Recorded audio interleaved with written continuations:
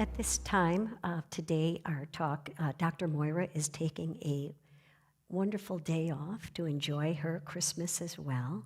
And so Marc Ruth and I have the honor of presenting our talk today, which is called The Magic of the Soul. And with no further ado, I would like to welcome up Marc Ruth.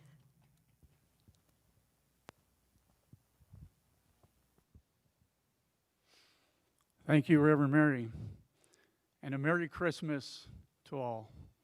I want to thank Dr. Moira and the ministers for allowing me this opportunity to address you on today's message, the magic of the soul. And Dr. Moira always talks about the 12 days of Christmas. And here we are on December 27th, the third day of Christmas. And with tradition, there's the partridge in the pear tree, or the song, The 12 Days of Christmas.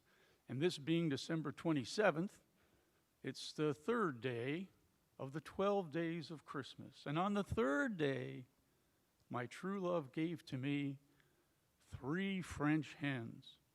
Some versions say 3 fat hens, but this song has evolved since the late 1780s. And it's been a tradition.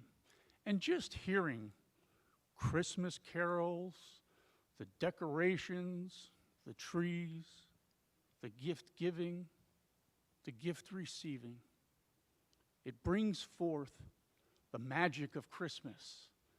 You've heard that term, the magic of Christmas, and something changes inside of us. As children, we have anticipation, expectation, strong emotions of those gifts that we're about to receive, the sparkle in our eyes. With such passion and such emotion, I know there have been times when children have peeked at some gifts that might have already been under the tree, and even younger children, much to the dismay of their parents, have gotten up quite early on Christmas morning to see if good old St. Nick came through with the goods, those gifts. The sparkle in their eyes, the anticipation creates part of that magic of Christmas. And as adults, that feeling that we remember, we want to recreate it. And we recreate that feeling, that emotion, by giving gifts to others. In this very center, we have had the magic of Christmas for many years. We have had the Angel Project, where we choose 45 needy families, and the congregation gives gifts to those 45 families so that they can experience the magic of Christmas. I know in the past, when we actually delivered the gifts, I remember delivering the gifts to the car, and suddenly a child would run up and give me a big hug. Yes, it's easy to have tears and the magic of Christmas when an event like that happens. I mean, that's even better than a Mounds candy bar, and that's called indescribably delicious. As adults, we want to continue these traditions because it evokes the thoughts of the past. It evokes that magic of Christmas. It evokes the peace on earth and goodwill to all. And how do we see that? We see that in many traditions. I mean, it happens from maybe the foods that we eat. Sometimes for breakfast, maybe we have a special recipe of Granny's big pancakes, or we do other traditions of special stockings, or even some people put obtuse clues on the gifts for the children to guess. We all have different traditions because it helps evoke that magic of Christmas feeling. Now, we've seen these decorations. People light up their houses. In our very own congregation, Ruth Wagner has mega ornaments, thousands of ornaments and decorations on multiple trees. It's quite a sight to see, and it evokes the magic of Christmas. So, how is this magic of Christmas similar to the magic of the soul? The soul, in Science of Mind speak, is a very, very important topic. Dr. Ernest Holmes, the founder of Science of Mind, spent a whole chapter in it in the textbook called Soul, and it is mentioned so often. But what, in Science of Mind terminology, do we think of soul? In Science of Mind, it is the creative soil. We've heard it called the creative medium, the law. So we place our conscious thoughts into that creative medium, and manifestation, the body occurs. So we believe that this soul is our subconscious, our subjective mind, part or the interlink with the one universal mind, the universal subjective mind. And why do we call it subjective? Because it is subject to the conscious mind, because the conscious mind is planting that seed into the soul, into the creative soil, to manifest what we want to bring about. Part of the magic is that by planting that seed, we then don't doeth the work. The soul doeth the work. It's the doer. It's not the analyzer. It's the doer. So part of the magic is with that subconscious, which holds all of our beliefs, that subjective mind holds all of our underlying beliefs and our emotions, because it's the interlink with the one mind, that our soul defines our essence. It tells us who we are, but it does so either consciously or unconsciously. We might not be aware of all those underlying beliefs that have accumulated through the years.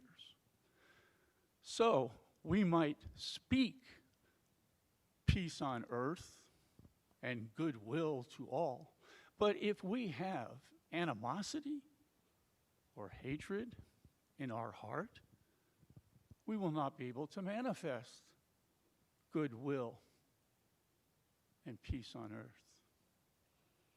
Because that is our essence and our nature. But we can become aware of it, and we can change it.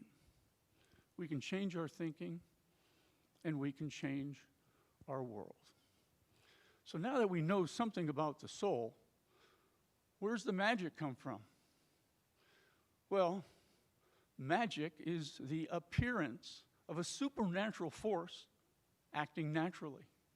We see magicians use this all the time, okay? And when magicians use it, they distract us. They use their knowledge of distraction to give us a false result. I know I saw a video once of 3 people in white shirts passing a ball, mixed with 3 people in black shirts. And you had to count, and those were passing balls also. But you had to count the number of times that the ball was passed amongst the white shirts. After a period of time, I felt really good. I got the answer correct. And then the video continued and said, well, how many times did you see the gorilla? I didn't see any gorilla, but I got the number correct. A gorilla shows up in the video for 9 seconds, pounding its chest. Yes, I was deceived. I was fooled. The magician used a distraction. But I'm not suggesting in any way, shape, or form that the magic of the soul is a trick. I'm suggesting the magician understands how to use the principles of distraction. And in science of mind, the magic of the soul is that we understand how the soul works. We don't outline the results, but we hold good thoughts in anticipation and an intention of getting what we want, very similar to the magic of Christmas. Because when we align our thoughts with what we want to bring into our existence, and we plant that seed into the soul, into the law, into the creative medium, results occur. Ernest Holmes, I'm going to read a lengthy quote from Ernest Holmes, because he basically hits the nail on the head. What would you expect from the founder of Science of Mind? He writes, and this is how the trick is for the magic of the soul. He writes in Living the Science of Mind, we must affirm that there is a divine guidance. If law is mind in action, and if we specialize this law through the activity of our thought, we must know that there is an intelligence which goes before us and makes our way plain and immediate. Whenever any problem confronts you, you take it into the silence of your own contemplation and declare that there is no problem, that you already know the answer. Dissolve the belief in the problem and announce the belief in the answer. Mentally act as though the problem were an argument trying to convince you that you do not know the answer, and then through the conscious activity of your thought, destroy the argument either by picking it apart bit at a time until nothing is left, or by the complete realization that dissipates it. When you dissolve the problem and seek divine guidance, you are announcing that there is no problem. So, enjoy the rest of your 12 days of Christmas and use the magic of the soul and the magic of Christmas to have a healthy, prosperous, and wonderful new year. And so it is. And now, in a magical presentation, will be our own Reverend Mary and her wonderful ideas. Thank you, Mark.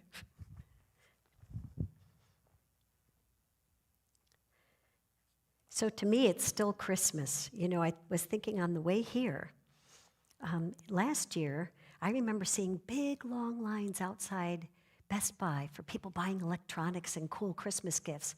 And now, as I drive up Sepulveda, I drove by the urgent care, and there's a big, long line for everybody getting COVID tests. So it's a little bit of a different Christmas time, isn't it? But for me, and it's still, some of my packages have not reached Chicago yet, and my friends, and some of them have still not made their way to me. So for me, Christmas is still happening. I'd like to share with you one of the gifts I received from my sister is a book by Mary Engelbrett called Believe. But I just love this little poem. It's just a simple reminder to us. Having faith in Santa Claus is not just for the young. I know I'll keep proclaiming him as long as I've a tongue. And even though I seem the gent unmasked before my eyes, revealing some familiar friend who's donned a quaint disguise, it doesn't change my mind a bit. I'll still believe because there's more than whiskers and a suit to dear old Santa Claus. Bright hopes there are, and dreams come true, good cheer, unselfish sharing, personalized gifts of love within the pack he's bearing. To call these angels Santa Claus is surely not deceiving. So I, for one, will never call, but always call believing. So let's think about the magic of the soul. I know Mark was just defining magic, and magic is the ability to conjure up the unseen into reality. It's like that uncharted area that becomes a reality. Now, we know a little bit about that because of our teaching, don't we? Knowing that our thoughts create the things that we desire. Now, let's think about soul. Soul precedes us before we come here, before we experience this experience on this earth plane, and it also stays with us at the conclusion of our life, and it travels with us. It is that divine essence. Many people try to define soul as saying, oh, it's time to nurture your soul. Well, actually, we don't need to nurture our soul. Our soul is. Our soul is the essence of who we are. In fact, it's not anything physical, is it? The soul is not anything physical. It's everything but. It's our values, it's our identity, it's our humor, it's our lifespan, all rolled into one. And it is the observer of everything that we do. Wayne Dyer gives a great illustration. He says, now imagine a boat, and the boat is sailing through the water. And as the boat's sailing through the water, there's a wake, right? And what is the wake? But the wake is what has gone before. What has gone before. And what propels the boat? The engine. And that energy of the engine is creating the movement forward of the boat. Now, the boat is an illustration of our life, right? And the wake is what has gone before. It's all of our byproduct. It's our parents. It's our memories. It's our childhood. It's the school that we went to. It's all the different things rolled into one. It's the wake. But many of us live in the illusion that the wake drives the boat. We think that if we have the job that we want, or the relationship that we want, or make enough money, or accomplish the most perfect house, whatever it is, we think then we've made it, right? But the reminder is the soul is always there. The soul is the observer that says, you're not any of that stuff, but you are the energy that you put into creating those manifestations in your life. Right? So think about the person that maybe climbed their way to the top in not such a charming fashion and wasn't so kind and loving to everybody else just to get ahead, right? So he may have accomplished whatever he wanted to accomplish, but where are you feeling about it? How do people feel about it? We want to come to the place where we know our soul, that we nurture our soul, that we nurture the things that make us help us to express who we came here to be. Who we came here to be. There's a story about a man that is hiking. Let's call him Harry. So Harry is hiking on a mountain trail, and he's having a ball, and all of a sudden the mountain gives way and collapses, and with it goes Harry. And as he's on his way down, he grabs a branch of a bush, and he's hanging on for dear life. Help, help, is there anybody out there to help me? And with that, the skies open up. A beam of light comes down, and the voice of God can be thundering through the mountains, and he hears it, and he says, Harry, I'm here to help you. I am all that's good. I'm all that's true. I'm all that has meaning in life. Let go, and I'll save you. And Harry is mystified by this voice and this whole energy. And he thinks, and then all of a sudden, with great conviction, he yells out, is there anybody else up there? And think about that. How many times have we done that? We know in our hearts there's certain things that we should let go of. There are certain things that sometimes we hold on tighter and tighter to those things that don't really support who we are, right? Maybe you've stayed in a relationship too long. Maybe you've stayed at a job that doesn't honor who you are, or you're doing a job that just doesn't fulfill you. You can fill in the blank. I wish I was doing this, that, or the other thing. But the truth of it is, whatever nurtures your soul, you know it in your gut. You know when things are on target and when they are not on target, and who you are being at that moment. Who you are being at that moment is more important than what you're doing, isn't it? You know that famous Bible saying, it is done unto you as you believe. It doesn't say it's done unto you what you believe. It's as you believe. Because as you believe is everything. It sets the tone and the power and the energy and the vibration for things coming back to you that means something to you. There's a woman named Alice who made her way to heaven. And when she got to heaven, The angel was at the gate, and he asked one question. And he said to Alice, Alice, why weren't you Alice? He asked her, why weren't you Alice? Now think about that for a moment, because the answer to that question is the quest that we have for our whole life, isn't it?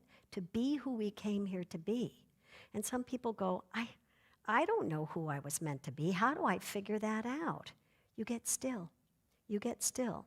Now you'll find guides. There will be guideposts all through the way. You know, as I was thinking about this talk this morning, and I was driving on the freeway, I couldn't remember the thought. I had it written over here, but I was driving. So as I'm thinking, all of a sudden, this guy on a motorcycle rides in front of me, and on the back of his motorcycle jacket, it says fearless. I'm like, thank you, God. It reminded me, right? So we get these little guideposts all the time that remind us of things. To live fearlessly doesn't mean that you're not worried, you're not scared, you're not anything. It means doing it anyhow. It means going forward and saying, who did I come here to be? And then think about this. You've been in the presence of people that have an enthusiasm for life, that zest, that energy. And when you are with those people, you know that they are dialed in, that they're really living. It doesn't mean things don't go wrong for them. It doesn't mean that they don't face challenges. But they know that whatever it is they're doing, they're going to do it with all the gusto that they have. And they're going to reach out and be kind, compassionate, and loving. So how do we do that? How do we do that? Some of the methods would be every day, before you get up out of bed, set a tone, set an energy level for yourself, and just affirm goodness, light, and love. I have a bunch of sayings that I declare every morning. Divine love creates the joy within me, and I express it every day. Say whatever it is that lifts your spirit, and that will set the tone for the day. And remember, the moment you start to feel a little bit unenthusiastic, or you've kind of lost your zest for life, or you're starting to get kind of critical of people or whatever it is, catch yourself, because that's your signal that you're off your path. And just get back on the path and just say, all right, I'm going to be the love and the expression, and I'm going to express who I came here to be. And I'm going to know it, and I'm going to support it in all those that I love. So let's remember today that the magic of the soul is about believing, and it's about believing in who you are and what you do in the world to bring out that sense of oneness, that sense of love, that sense of compassion, and gathering everyone in together and knowing that we are all in this together and it is all about love. And so it is. Thank you. And now, this is the time of our sharing of our treasure. And I invite you to take your envelope in your hand, spiritually, invisibly. And again, we thank you for your donations to this center. If this center is making a difference in your life, we encourage you to continue to support it. Financially, it's wonderful. And I tell you, as I look out in these seats, I picture everyone sitting here. It's like I know all the folks that sit in the different sections, and I can see all your faces there. And before long, we will be together again. We will. We will. And so let's know together. Divine love consecrates my gift. It goes forth to heal, to bless, and to prosper all those who give and all those who receive. I rejoice in the sharing of my good, and I release my gift with love. And so it is. And I'd like to welcome Mark up, and we are going to share our prayer together. Okay.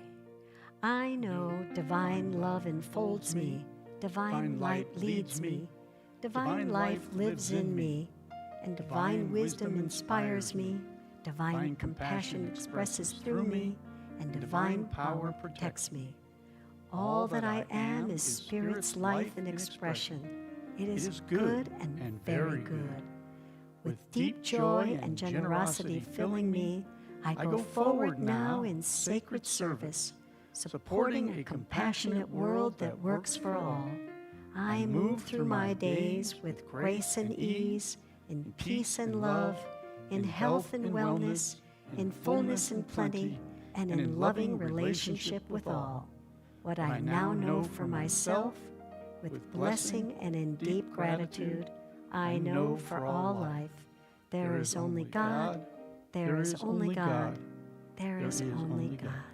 And so it is. Have a blessed day.